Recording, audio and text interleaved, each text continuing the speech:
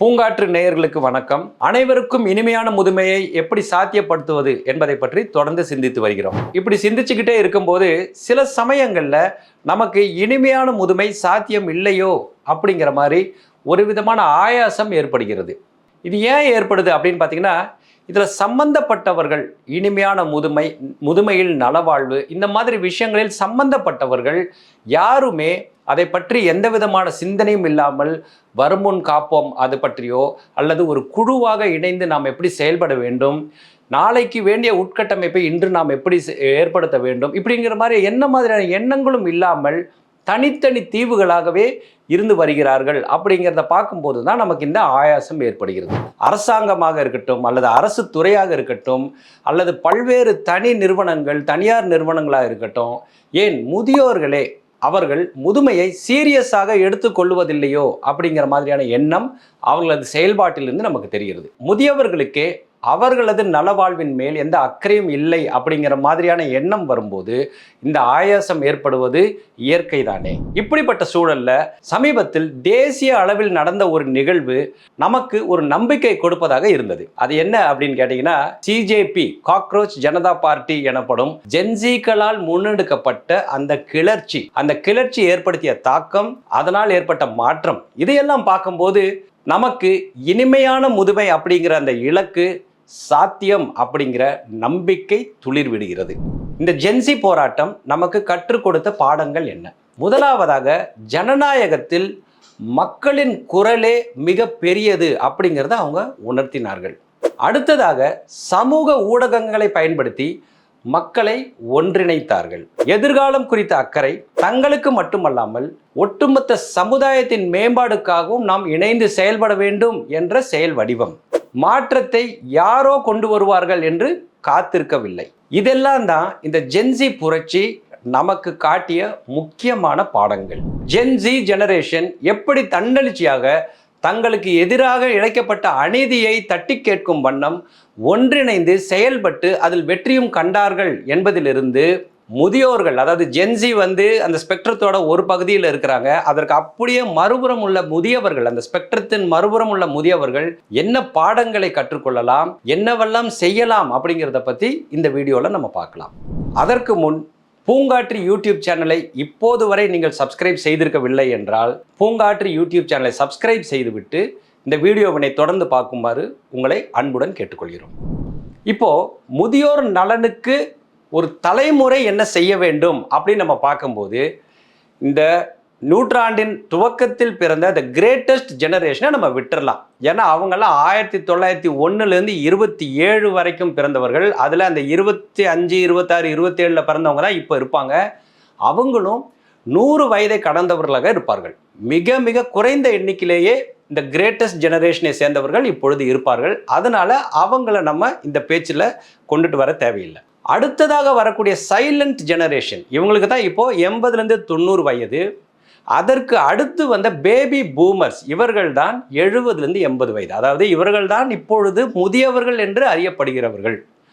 இந்த தலைமுறையினர் ஜென்சியிடமிருந்து என்ன மாதிரியான பாடங்களை கற்றுக்கொள்ள வேண்டும், எந்த மாதிரியான செயல்பாடுகளை முன்னெடுக்க வேண்டும் அப்படிங்கிறத பற்றி தான் இந்த வீடியோவில் நம்ம விவாதிக்க போகிறோம். இந்த சைலண்ட் ஜெனரேஷன்லாம் நம்ம நாடு சுதந்திரம் பெற்ற போது பிறந்தவர்கள், ஒரு புதிய தேசத்தை கண்டவர்கள். அதற்கு அடுத்ததாக வந்த பேபி பூமர்ஸ், சுதந்திரத்திற்கு பிறகு நாடு கொஞ்சம் ஸ்டெபிளைஸ் ஆகி வெற்றி நடை போட ஆரம்பித்த போது வளர்ந்து வந்தவர்கள். இவர்கள்தான் இப்பொழுது முதியவர்களாக இருக்கிறார்கள். இந்த தலைமுறையை சார்ந்தவர்கள் தான் பல்வேறு அரசு துறைகளில் பணியாற்றினார்கள், பொதுத்துறை நிறுவனங்களை உருவாக்கினார்கள். இன்று நாட்டில் செயல்பட்டு கொண்டிருக்கும் பல்வேறு விதமான திட்டங்கள், அனல் மின் நிலையமாக இருக்கட்டும், விமான நிலையமாக இருக்கட்டும், துறைமுகமாக இருக்கட்டும், அல்லது நெடுஞ்சாலைகளாக இருக்கட்டும், இந்த மாதிரி கட்டமைப்பு, நாட்டில் ஏற்பட்டுள்ள கட்டமைப்புகளுக்கு முன்னோடியாக திகழ்ந்தவர்கள் இந்த பேபி பூமர்ஸ் மற்றும் சைலண்ட் ஜெனரேஷனை சார்ந்தவர்கள். அவங்க போட்ட கோட்டில் தான் நம்ம இன்னைக்கு ரோடு போட்டு போயிட்டு இருக்கோம். இப்படி வாழ்வாங்கு வாழ்ந்த இந்த 2 தலைமுறையினர் இன்று நமது நாடு சந்தித்து வரும் சீரழிவுகளை கண்டும் காணாதது போல இருப்பது தான் நமக்கு பெருத்த வேதனையை கொடுக்கிறது. இந்த தலைமுறையினர் இதற்கு மேல் நாட்டின் முன்னேற்றத்திற்கு என்ன செய்ய வேண்டும், என்னவெல்லாம் செய்யலாம் என்று விவாதிக்க வேண்டியுள்ளது. சரிங்க, என்னென்னமோ சொல்றீங்க, ஜென்சி, அந்த ஜெனரேஷன், இந்த ஜெனரேஷன் குழப்புறீங்க. நேரா நாங்க என்ன செய்யணும்னு மட்டும் சொல்லுங்க அப்படின்னு கேட்குறீங்களா? உங்களுக்காக 6 எளிய வழிமுறைகள். இந்த 6 எளிய வழிமுறைகள்ல ஏதாவது 1 அல்லது 2 நீங்க எடுத்து பண்ணாலே நாடு சுபிட்சமாகும். முதலாவதாக நாம் எல்லோருமே ஏதாவது ஒரு துறையில் நம்ம வேலை செஞ்சிருப்போம் இல்லைங்களா? அது ஒரு கட்டுமான தொழிலாக இருக்கலாம், அல்லது டீச்சிங்ல இருந்திருப்பாங்க, இல்ல ஆர்மியில இருந்திருப்பாங்க, இல்ல இந்த மாதிரி பல்வேறு ஏதாவது ஒரு தொழில தான் இன்றைய முதியவர்கள் இருந்திருப்பாங்க. அவர்கள் எந்த தொழிலில் நிபுணத்துவம் பெற்று வேலை செய்து இப்பொழுது ஓய்வு பெற்றிருக்கிறார்களோ அந்த துறையை சரி செய்வதற்கு நீங்கள் களமாடலாம். இப்போ காவல்துறையிலிருந்து யாராவது ஓய்வு பெற்றிருக்கிறார்கள் அப்படின்னா அந்த காவல்துறையில் உள்ள குறைகளை களைய அவர்கள் செயல்படலாம். நீர்வளத்துறையில் யாராவது வேலை செஞ்சிருந்தாங்க அப்படின்னா நீர் மேலாண்மையை எப்படி செம்மைப்படுத்தலாம் அப்படின்னு நீங்க வேலை செய்யலாம். இந்த மாதிரி பல்வேறு துறைகள் இருக்கின்றன. உங்களுக்கு தெரிந்த துறை, நீங்க எல்லோருமே அதுல 30 வருடம் 40 வருடம் அனுபவசாலிகளாக இருந்து இப்பொழுது ஓய்வு பெற்றிருப்பீர்கள். ஸோ முதலாவதாக உங்களுக்கு தெரிந்த அந்த துறையை செம்மைப்படுத்துவதற்கு நீங்கள் செயல்படலாம். இந்த இடத்துல தான் சில பேருக்கு கொஞ்சம் கில்ட்டியா இருக்கும். அந்த பணியிலிருந்து தான் நான் இப்பொழுது ஓய்வூதியம் பெற்றுக்கிட்டு இருக்கேன், அதையே நான் குறை சொல்ல முடியுமா அப்படின்னு உங்களுக்கு கொஞ்சம் கில்ட்டி கான்ஷியஸ் இருக்கு அப்படின்னா ஒன்றும் பிரச்சனை இல்லை.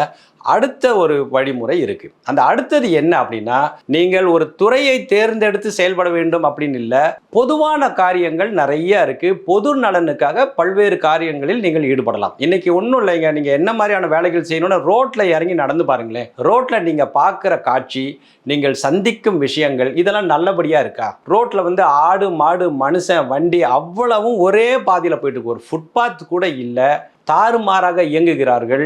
ஒரு சாலை விதிகளை யாருமே மதிப்பது இல்லை. ஹாரனை கண்டபடி இஷ்டத்துக்கு அடிக்கிறாங்க, ராங் சைட்லேருந்து வராங்க, ஆக்கிரமிப்புகள், இப்படி பல பிரச்சனைகள். நம்ம நாடே இப்படிதான் இருக்கு. நம்ம நாடு எப்படி இருக்கு அப்படின்னு நீங்க பார்க்கணும்னா ஒரு தெருவில் போய் நின்று அந்த தெருவை பார்த்தீங்கன்னா போதும், அந்த ஸ்ட்ரீட் எப்படி இருக்கோ அப்படிதான் நம்ம நாடு இருக்கு. எந்த விதமான ஒழுங்கு இல்லாமல், சட்டத்திட்டங்கள் இல்லாமல் இருக்கின்றன. இதுல ஏதாவது ஒரு விஷயத்தை நீங்க எடுத்து நீங்கள் செயல்படலாம். இல்லப்பா அந்த டிபார்ட்மெண்ட்ல இருந்து ரிட்டையர்ட் ஆயிட்டேன், அதுலயும் என்னால் வேலை செய்ய முடியாது, பொது காரியங்கள் எவ்வளவோ இருக்கு, நம்ம சொன்னா யாரு கேட்க போறா அப்படின்னு சொல்றீங்களா? உங்களுக்கு இருக்கவே இருக்கு 3வது வழிமுறை. அது என்ன அப்படின்னா பொருள் உதவி செய்யலாம். இதுல ஒரு வேதனையான உண்மை என்ன அப்படின்னா, அடுத்தவருக்கு இறங்குதல் அப்படிங்கிற குணநலன் நம்மகிட்ட இல்லாமையே போயிருச்சோ அப்படிங்கிற சந்தேகம் நமக்கு எழுகிறது.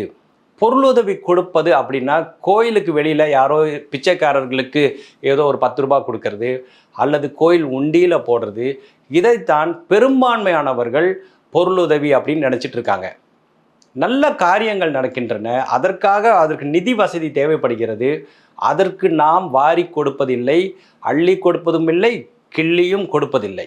ஸோ நம்மளால் இறங்கி செயல்பட முடியல அப்படிங்கிற ஒரு சிச்சுவேஷன் இருக்கும்போது ஏற்கனவே பண்ணிக்கிட்டு இருக்கவங்களுக்கு நம்ம பொருள் உதவி செஞ்சோம் அப்படின்னா அது ஒரு பேருதவியாக நமது தேசத்திற்கு இருக்கும். அடுத்ததாக 4வது வழிமுறை என்ன அப்படின்னா, நம்மில் சிலருக்கு அடுத்தவங்க பண்ற வேலையில நமக்கு ஒரு நம்பிக்கை இருக்காது. இதை இன்னும் பெட்டரா பண்ணியிருக்கலாமோ, என்ன பண்ணிக்கிட்டு இருக்காங்க, ஏரி குழம்ப வந்து தூர் வாரன்றாங்க, ஆனா அந்த பக்கமெல்லாம் விட்டுட்டாங்க அப்படின்னு சொல்லுவாங்க. இப்படி என்ன பண்ணாலும் நமக்கு அதில் உள்ள குறைகள் தெரியும். அது சரியாக கூட இருக்கலாம், அவங்க சரியான முறையில் செயல்படாமல் இருக்கலாம், நாம் அதை சரியாக பார்க்க கணிக்க தெரிந்து வைத்திருக்கிறோம். இப்படிப்பட்டவர்களாக நீங்க இருந்தீங்க அப்படின்னா நீங்களே சொந்தமாக ஒரு ட்ரஸ்ட் உருவாக்கலாம், ஒரு அறக்கட்டளை நீங்கள் உருவாக்கலாம். இன்னைக்கெல்லாம் அறக்கட்டளை உருவாக்குவதில் ரொம்ப பெரிய பிரச்சனை இல்லைங்க. ஒரு 5 பேர் குழுவாக சேர்ந்து ஒரு ட்ரஸ்ட் டீடு, ஒரு பத்திரத்தை ரெடி பண்ணி அதை பதிவு செய்து விட்டீர்கள் அப்படின்னாலே அறக்கட்டளை உருவாகி விட்டது. நிறைய செல்வந்தர்கள் இருக்கிறாங்க, முன்னோர்கள் அவர்களுக்கு அபரிதமான செல்வத்தை உருவாக்கி கொடுத்து சென்றிருப்பார்கள். அவர்கள் பெயரில் ஒரு அறக்கட்டளை வைக்கலாம். உங்கள் மூதாதையர்கள் இருப்பாங்க இல்லைங்களா, தாத்தா பாட்டி அப்பா அம்மா, அவங்க பேரில் அவர்கள் நினைவு அறக்கட்டளை நீங்கள் ஒன்று உருவாக்கி நற்காரியங்களை செய்யலாம். இதில் கவனிக்க வேண்டிய விஷயம் என்ன அப்படின்னா, இன்றைக்கு நல்ல நிலையில் இருக்கும் பலரும் பல்வேறு வெளிநாடுகளுக்கு அடிக்கடி போயிட்டு வராங்க. மகன் யூகேல இருக்கான், பொண்ணு கனடாவில் இருக்கான், இன்னொரு பையன் அமெரிக்காவில் இருக்கான்லாம் சொல்லிட்டு காடு 6 மாதம் நாடு 6 மாதம்ன்ற மாதிரி இந்தியாவில் ஒரு 6 மாதம் வெளிநாடுகளில் 6 மாதம்னு இருக்கிறவங்க நிறைய பேர் இருக்காங்க. ரொம்ப கம்மியெல்லாம் கிடையாது, நிறைய பேர் இருக்காங்க. அந்த நாடுகளில் நீங்கள் பார்த்தீங்கன்னா இந்த ட்ரஸ்ட்டு, இந்த தன்னார்வ தொண்டு நிறுவனங்கள், இந்த வாலண்டியரிங் பண்ணுறது அதெல்லாம் ரொம்ப அதிகமாக இருக்கும். நம்ம வீடியோவில் சினிமாலாம் பார்க்குறோம் இல்லைங்களா, வெளிநாடுகளில் பளிச்சுன்னு இருக்கு இல்லைங்களா, அதெல்லாம் தானாவெல்லாம் பளிச்சுன்னு இல்லைங்க, அரசாங்கமெல்லாம் அது பண்ணலை. தன்னார்வ தொண்டு நிறுவனங்களும் இந்த சிறிய சிறிய அறக்கட்டளையும் தான் இதையெல்லாம் செயல்படுத்துகின்றன. இதையெல்லாம் நேரடியாக பார்த்த நீங்களும் திரும்பி வந்து பேசாமல் இல்லாமல் அந்த மாதிரியான ஒரு அறக்கட்டளை உருவாக்க வேண்டும் அப்படிங்கிறது தான் நாங்கள் இங்கே சொல்கிற ஒரு விஷயம். ரைட்டுங்க, எதுவுமே எங்களால் முடியாது. உங்களுக்கு இருக்கக்கூடிய 5வது வழிமுறை என்ன அப்படின்னா, நுகர்வோர் சங்கங்களை நீங்கள் உருவாக்கலாம். இந்த நுகர்வோர் சங்கம், கன்சியூமர் ஃபோரம்னு சொல்கிறோம் இல்லைங்களா, அது நம்ம நாட்டில் இல்லாமையே இருக்குது. இந்த வீடியோவை பார்க்குற பலர் இந்த வார்த்தை பிரயோகத்தையே கேள்விப்பட்டிருக்க மாட்டீர்கள். கன்சியூமர் ஃபோரம் அப்படின்னா என்ன அப்படின்னா, நீங்கள் வந்து ஒரு நுகர்வோர் ஒரு பொருளை வாங்குறீங்க, ஒரு சேவைக்கு விலை கொடுத்து வாங்குகிறீர்கள். அதில் இருக்கும் குறைபாடுகளை தட்டி கேட்பது, அதை சுட்டி காட்டி அதற்கு உண்டான நிவாரணம் பெறுவது தான் நுகர்வோர் அமைப்பு, கன்சியூமரிசம் அப்படின்னு கூட இதை சொல்லுவாங்க. ஆனால் என்ன நடந்துட்டு இருக்கு, தினம் தினம் நம்ம அனைவரும் ஒரு நுகர்வோராக அநீதியை சந்தித்து கொண்டிருக்கிறோம் இல்லைங்களா. நான் கூட சமீப காலத்தில் ஒரு இடத்துல நமக்கு ஒரு பிரச்சனை ஏற்பட்டது. அதுக்காக அந்த தலைமையகத்திற்கு கடிதம், நம்ம இமெயில் அனுப்பினேன். இந்த மாதிரி உங்கள் கடைக்கு நான் போயிருந்த போது இப்படி ஒரு பிரச்சனை, இந்த மாதிரி ஒரு இக்கட்டுக்கு நான் ஆளானேன், அதற்கு என்ன பரிகாரம், உங்களது செயல்பாடு என்ன அப்படின்னு கேட்டேன். அதுக்கு எந்த விதமான பதிலும் வரல. அதுக்கு ரிமைண்டர்ஸும் போட்டேன். அதோட அது விடுற மாதிரி ஆயிடுச்சு. ஏன்னா நமக்கு வேற வேலை இருக்கு இல்லைங்களா. ஆனால் இதே இடத்துல ஒரு கன்சியூமர் ஃபோரம் இருந்தது அப்படின்னா எந்த விதமான பிரச்சனைகள், ஒரு மருத்துவமனையில் ஏற்பட்ட பிரச்சனையா இருக்கலாம், அல்லது நம்ம வந்து ஒரு டிக்கெட் வாங்கியிருக்கிறோம் அதில் ஏற்பட்ட ஒரு பிரச்சனையா இருக்கலாம், எந்த விதமான பிரச்சனையாக இருந்தாலும் அதை நாம் தட்டி கேட்கலாம். ஏன் அரசாங்க திட்டத்தில் இருக்கும் குறைபாடுகளை கூட நாம் ஒரு நுகர்வோராக அணுக முடியும். ஏன்னா நம்ம ஒரு நுகர்வோர் தானே, வரி கட்டி இருக்கோம் இல்லையா. வரின்றது என்ன, ஒரு பணம் செலுத்தி இருக்கிறோம். ஸோ உங்களால் நான் மேற்கூறிய வழிகளின் மூலமாக இந்த நாட்டிற்கு நன்மை செய்ய முடியவில்லை அப்படின்னா ஒரு நுகர்வோர் அமைப்பை ஏற்படுத்தியும் அதன் மூலமாக நன்மை செய்ய முடியும். இது எதுவுமே முடியாது அப்படின்னு சொல்கிறவங்களுக்கு 6வதா ஒரு வழிமுறை, அது என்ன அப்படின்னா ஆங்கிலத்தில் வாட்ச் டாக் அப்படின்னு சொல்லுவாங்க. வாட்ச் டாக்னா என்ன, காவல் நாய். நமது அரசாங்கத்தின் சொத்து, அரசாங்கம்னு யாருங்க, நம்ம தான் இல்லைங்களா, அது நம்ம சொத்து. ஸோ நம்ம சொத்துக்களை ஒரு காவல் நாய் போல நாம் கண்காணித்து வருவதை தான் வாட்ச் டாக் ஃபோரம்ஸ் அப்படின்னு சொல்லுவாங்க. இது ஒன்றும் புதுசாக நான் சொல்கிற டேர்ம் இல்லைங்க, கூகுள் பண்ணி பாருங்கள். வாட்ச் டாக்ஸ் அப்படின்னு சொல்லுவாங்க. இப்போ ஒரு கோயில் இருக்குது, அல்லது ஒரு அலுவலகம் இருக்குது, இல்லது அரசால் நடத்தப்படும் ஒரு நிறுவனம் இருக்குது அப்படின்னா அதை கண்காணிப்பது தான் இந்த வாட்ச் டாக் அப்படின்னு சொல்கிறது. இதற்கு அப்படியே மறுபுறம் என்ன அப்படின்னா ஃப்ரெண்ட்ஸ் ஆஃப் அப்படின்னு சொல்லுவாங்க. இப்போ நம்ம நகரத்தில் ஒரு அரசு மருத்துவமனை இருக்குது அப்படின்னா ஃப்ரெண்ட்ஸ் ஆஃப் கவர்மெண்ட் ஹாஸ்பிட்டல். ஒரு பார்க் இருக்குது, வஉசி பூங்கா இருக்குது அப்படின்னா friends of VOC park. Gandhi museum இருக்குது மதுரையில் அப்படின்னா ஃப்ரெண்ட்ஸ் ஆஃப் காந்தி மியூசியம். இப்படி ஃப்ரெண்ட்ஸ் ஆஃப், இந்த பக்கம் வாட்ச் டாக், இந்த பக்கம் ஃப்ரெண்ட்ஸ் ஆஃப். நீங்களே ஒரு பக்கம் அந்நியனாகவும் ஒரு பக்கம் அம்பியுமாக செயல்பட முடியும். யோசிச்சு பாருங்களேன், வாட்ச் டாகாகவும் ஃப்ரெண்ட்ஸ் ஆஃப் போலீஸின் மட்டும்தான் நமக்கு தெரியும். பட் ஒரு விஷயத்துக்கும் நம்ம இந்த வனத்தின் நண்பர்கள், இந்த பூங்காவின் நண்பர்கள், இந்த நூலகத்தின் நண்பர்கள் அப்படின்னு ஒரு குழு அமைத்து நாம் செயல்பட்டோம் அப்படின்னா அதை நடத்தி கொண்டிருக்கும் அதிகாரிகள் எவ்வளவு விழிப்பாக இருப்பார்கள் அப்படின்னு ஒரு நிமிஷம் யோசிச்சு பாருங்க. சரிப்பா, இதெல்லாம் செய்யறதால எனக்கு என்ன லாபம் அப்படின்னு நிச்சயமாக நீங்கள் கேட்க மாட்டீங்கன்னு நான் நம்புகிறேன். ஏன்னா சைலண்ட் ஜெனரேஷனும் பேபி பூமர்ஸ் ஜெனரேஷனும் இன்றைக்கு முதியவர்களாக இருக்கலாம், ஆனால் அவர்கள் பல்வேறு சாதனைகளை கடந்த காலங்களில் செய்தவர்கள். கடமை, கண்ணியம், கட்டுப்பாடு, ஒழுக்கம், இந்த நெறிமுறையில் வாழ்ந்தவர்கள். இன்னைக்கு காலம் மாறி போச்சு, நம்ம பேச்சு எடுபடலை, நம்ம எல்லாம் தனியாக பிரிஞ்சு தனித்தனி தீவுகளாக ஆட்டு மந்தை பிரிந்து போன ஆட்டு மந்தை போல ஆயிட்டோன்றனால தான் நம்மால் நல்ல காரியங்களை செயல்பட முடியவில்லை. இங்கே தான் அந்த ஜென்சி நமக்கு கற்றுக் கொடுத்த பாடத்தின்படி ஒன்றிணைவோம், ஒருங்கிணைப்போம், செயல்படுவோம். இன்னைக்கு பாரதி இருந்திருந்தா இப்படி பாடியிருப்பாரோ, ஓடி விளையாடு தாத்தா, நீ ஓய்ந்திருக்கலாகாது தாத்தா, நல்லதோர் வீணை செய்து அது நலன் கெட புழுதியில் விட்டுவிட்டோமே தாத்தா. இந்த தாய் திருநாட்டின் மேம்பாட்டிற்காக களமாடுவோமே தாத்தா அப்படின்னு பாடியிருப்பாரோ? இதில் தாத்தா அப்படின்னு ஒரு ரைமிங்காக தான் சொல்லியிருக்கேன், இதில் பாட்டிகளும் சேர்த்தி. இறுதியாக முதியவர்களுக்கு ஒரு அன்பான அறைகூவல். நான் கூறிய 6 வழிகள் மட்டுமல்ல, பல்வேறு வழிகள் இருக்கின்றன. தங்களுக்கு தெரியாத சட்டம் ஒன்றும் இல்லை. அதில் ஏதாவது ஒரு வழியை நீங்கள் எடுத்து இந்த நாட்டு நலனுக்காக நீங்கள் செயல்பட வேண்டும். இது நீங்கள் உருவாக்கிய நாடு, ஆனால் அந்த நாடு இப்ப நலம் கெட்டு இருக்கின்றது. ஜென்சிக்கள் போராடுறாங்க அப்படின்னா அது சும்மா அவங்களோட ஏதோ ஒரு என்டர்டெயின்மெண்ட்டுக்காக அவங்க போராடல, அவங்களோட வாழ்க்கை பிரச்சனைக்காக அவர்கள் போராடினார்கள். இந்த வாழ்க்கை பிரச்சனைக்கான விதை எப்போது விதைக்கப்பட்டது? ஸோ இனியும் நாம் தாமதிக்காமல் நமது மனசாட்சியின் சொல்லை கேட்டு இந்த தாய் திருநாட்டின் நன்மைக்காக நாம் செயல்பட வேண்டும். உங்களிடம் உள்ள அபரிதமான அறிவாற்றல், ஓய்வாக இருக்கும் நேரம், இதனை தேச நலனுக்காக நீங்கள் கொடுக்க வேண்டும். ஜென்சி ஜெனரேஷன் நம்ம பார்த்து என்ன கேட்குறாங்க அப்படின்னா, நாங்கள் களத்துக்கு வந்துட்டோம், நீங்கள் எப்போ வருவீங்க அங்கிள் அப்படின்னு கேட்குறாங்க. முதியவர்கள் மனது வைத்தால் நமது நாட்டை ஒரு சுபிட்சமான நாடாக சடுதியில் மாற்றி காட்ட முடியும்.